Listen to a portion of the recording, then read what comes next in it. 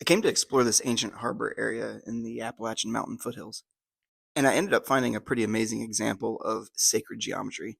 And on the way to that discovery, I ended up seeing some pretty interesting stuff. But when I say ancient, it's probably not how you think. My whole channel exists because I discovered an ancient culture. The culture discovered turns out to be a world culture, and it's pretty easily identified through their geometry practices. So when I say ancient, in my context, I am referring to the time before the flood. This particular part of Appalachia happens to be an ancient river community, it seems, and this harbor was connected to the ancient Taze River. I learned all this after discovering megaliths above the waterline, and the moment you look at any maps, you can see how symmetrical this holler area is. But it was fairly immediately in my little journey here today that I saw this stone. This culture was so serious about their geometry that it pretty much made it that there was only so many shapes that their artifacts and statues had. It was mostly an effigy based art system, it seems, like nothing realism. Everything is faint impressions and geometry based. I also learned that their art has optical illusion tendencies to it. So, at certain angles, these stones will look like certain things, and that's in fact what most people are seeing in these rockhound channels. You know, when they kind of get obsessed of these rocks and what they see in them, they're seeing stuff that is engineered to be there. And in this case, I didn't see it in the moment as I was walking around this stone. In fact, in the audio I was making at the time, I was just pointing out how the end loader likely just caused those marks and they weren't anything special. It was only after I got home and started working with the footage trying to see if I couldn't get some geometry off this, because like I said, there's only, a select number of shapes that they end up being, and it's pretty easy to verify. So when I got the photo repositioned, I couldn't help but notice the two insane faces that I was seeing on this. The larger primary image, I could totally see how you can say, oh, you're just seeing stuff in clouds, right? I understand that perspective. But the Bat Boy on the other side just looks like a flipping cartoon. And that's one of the weird things I'm learning about this culture that I'm not really talking about too much is a lot of the imagery, which I will be making an imagery video shortly. A lot of the imagery, there's some cartoon stuff going on in there, like stuff that we see to be modern. I've seen some images that feel, I don't know, it's like they're reused or something. They're ancient images, I guess, but they're modern cartoonish images. Really, we didn't get very far, and we're already dealing with some pretty good results. So I'm going to keep looking around here and see what else I can come up with. When looking for ancient cultures, we're always looking for hard, man-made edges. But when you see edges like this, it's almost questionable because they're smooth and they feel somewhat unnatural, but at the same time, they're still remotely organic. Fortunately, we understand what this is, and this happens to be one of their effigies, and its primary image appears to be a face. But that's not always the case. Very likely, when this was in its true position standing up, it would also look like a serpent from various angles, or even the dragon priest. This being one of the more common shapes, it's fairly easy to find an example. Many will be quick to say that that's a coincidence, which I completely understand. But let me explain. Best that I can tell is that inside of their art style, inside of their building style, in fact, their art style uh, transitioned into their building style. So a lot of structures would look like, things that were small. So you can find a mountain that looks like, the same geometry as a stone with the same face on it. Oh, somebody tic-tac-toed that. Who won? So this guy right here, back up. I'll screenshot him and flip him. But I'm fairly certain I have a bunch of these. And all this would be is just a giant statue that got blasted. Looks like it's just a big rock, right? And, everybody in the comments are going to be like, yeah, it's definitely a rock, bro. What I'm concerned about is that geometry matching other stones that match other stones across the world. It's like everything was fabricated. It's very bizarre. It's not natural. I'm supposed to believe that flaked off of, some whatever is going on. Oh, that's kind of squared off. Look at that. Let's see.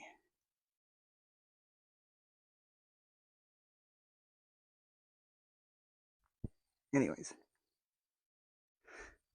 so I'm supposed to believe that it just flakes off of crap like that. That's what we're taught. It's just part of the larger sedimentary deposit that, is deteriorating. But in reality, as you climb all over these hills, our megaliths on that hill, you find all this weird stuff that seems symmetrical and decent lines. Now imagine all these stones and all this crap that you see through here. This is exactly as you would imagine cataclysmic destruction of structures and artifacts and statues and everything all mixed up into one mess. And the only thing that survived were the stone items. And because their art style was so twisted and weird, nobody can tell. It's like, just because it doesn't look like a Greek god, they're like, well, it has nothing to do with anything. But what if that ancient culture had some effed up art style where they did everything in stone that looked organic but effigy based? Well, they did, and we can verify it through the geometry because they were so hardcore about geometry. What's that? Look at that right there. I'm standing in the freaking move. I don't know if you can see that. Can you see that pattern?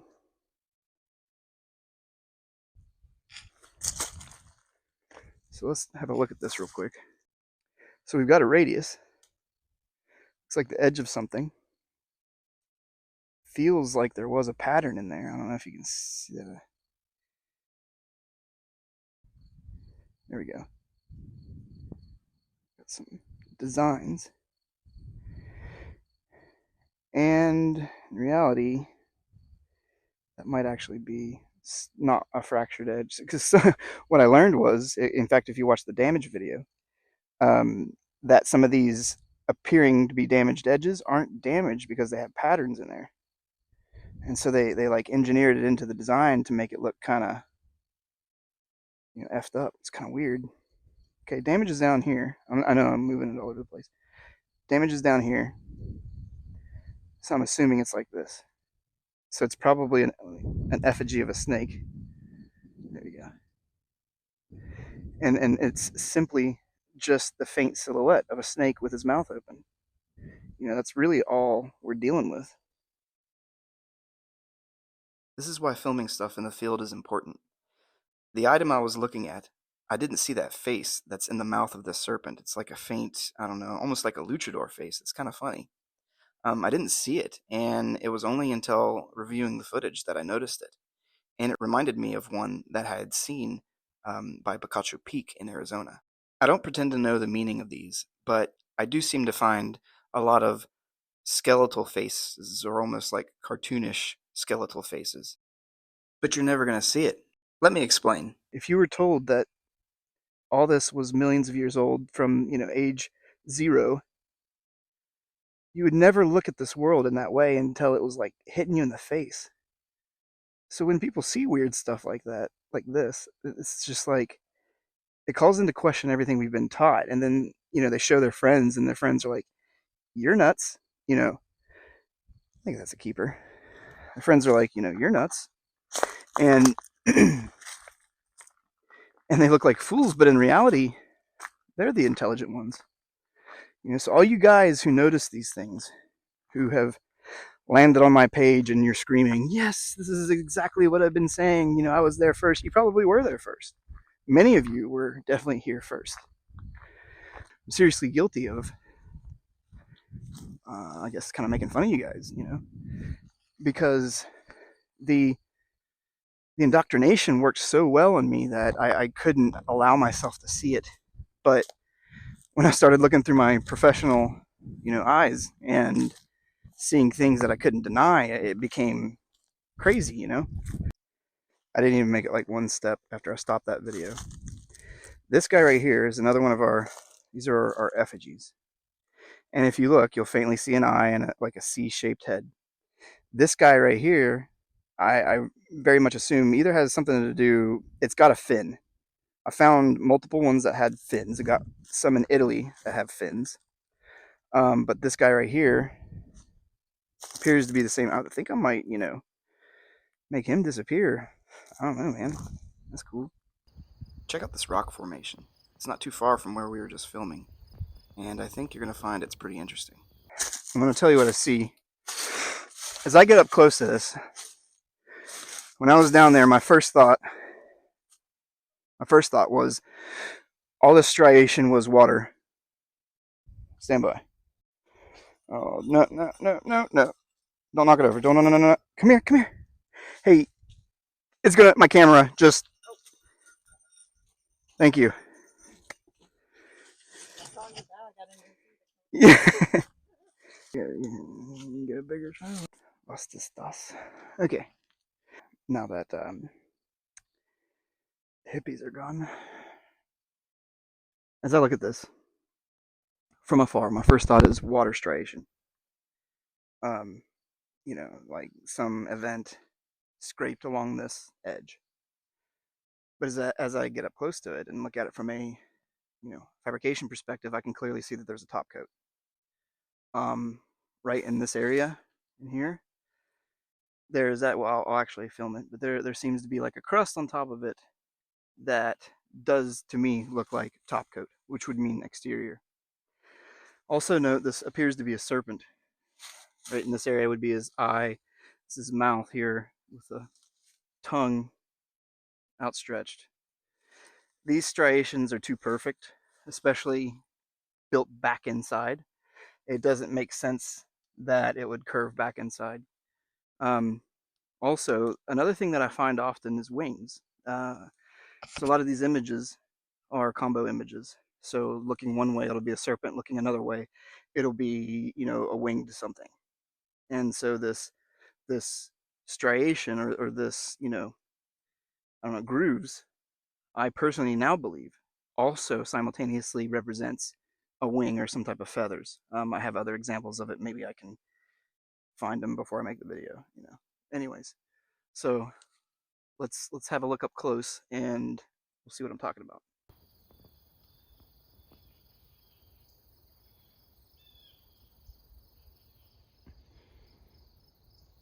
Here we are up close.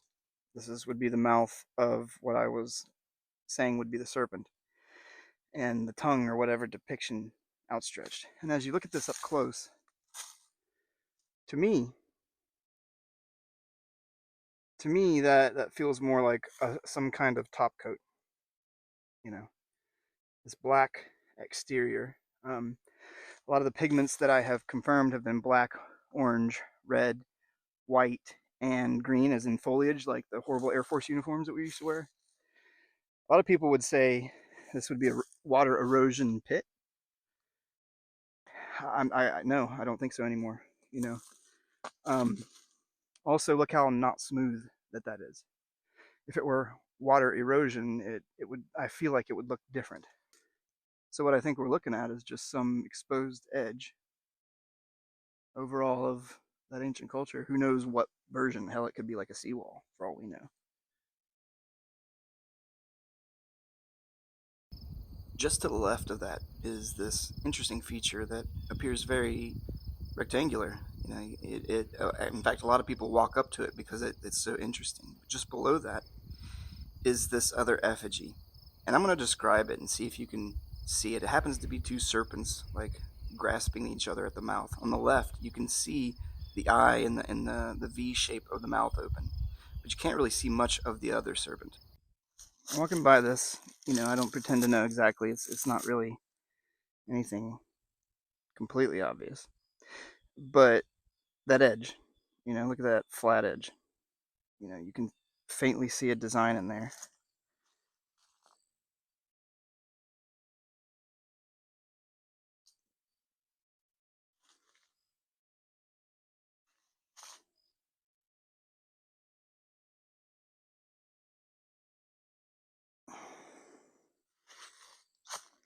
Anyway, point is, damage is back here. That was probably meant to be seen in some form. Who knows? It's probably the backside. Let's see if we got some designs. Something. Who knows? Arms hurt. Yeah. But yeah, check that out. And probably it was just, some form of, the same damn thing. Like, wow, wow, wow. Look, that really looks like a star. And a lot of times these stars will be skewed because as you would walk around like one position, it would straighten out and actually become correct. Here we got some ancient cut marks and whatever little tiny design there. But that's legit. Like, when you look at it as hey, everything is ancient trash, you end up seeing that everything's ancient trash. Look at the design. It's not called Antediluvian landfill for no reason. But you can see that we got, some flat spots, some cuts.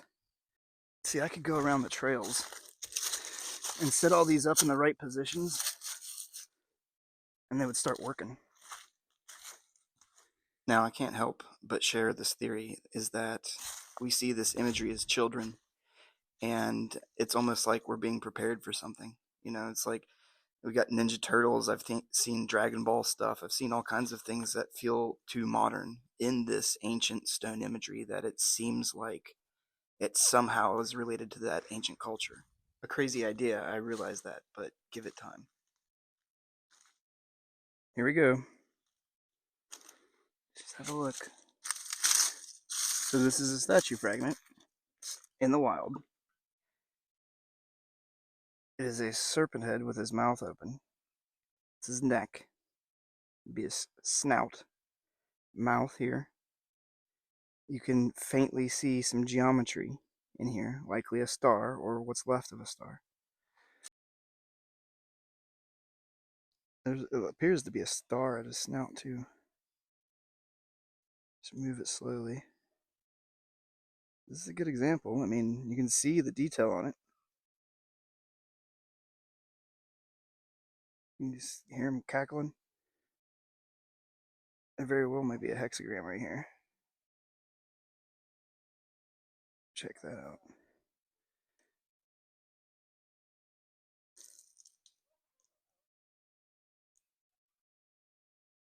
But my thought is, look at that right there. Right here.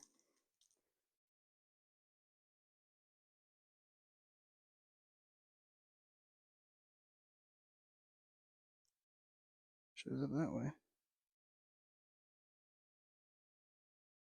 Anyway. So, Oh, okay. Also, he's slightly curved. Let me see if I can catch that. So he's slightly curved. The curved side, the concave area would be the inside, and the convex would be the outside. Check out that. Anything? No. Okay, anyways. So this would be the outside. Concave, or convex rather. Slightly convex. We got, yep. Anyways, that's cool. Not taking that. Check this out. This is sacred geometry in action. What this is, it's one of our artifacts. I mean, it's deteriorated for the most part. I picked it up just because it looked smooth. However, I noticed it had a very clear attachment point. And the attachment point had a nice little groove. And one of the principles I teach or will be teaching is essentially that these things are perfectly balanced. When you discover where they were attached, their center of gravities were perfect. And so you can balance them on essentially nothing. And so in this case, I found its attachment point, which is this groove underneath. You can see it's slotted right in there. And I just sat it on the stick and it balanced perfect. You can see some geometry in there, kind of like stars or some type of pattern. That edge, it appears kind of like a ceramic coating or some type of top coating. But it appears to be sandstone of some kind. All shaky, sorry about that. But as you move, in fact, we found one that looks like that the other day. I'm sure as you move different angles, it should look like different things. Look at that. Look at that. That's dope. See? Optical illusion impressionism.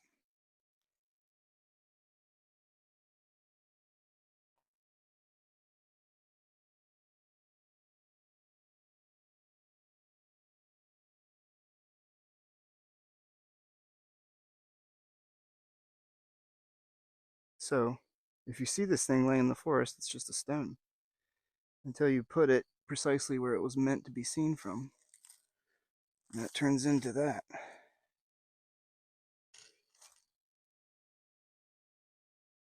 I think that's a keeper.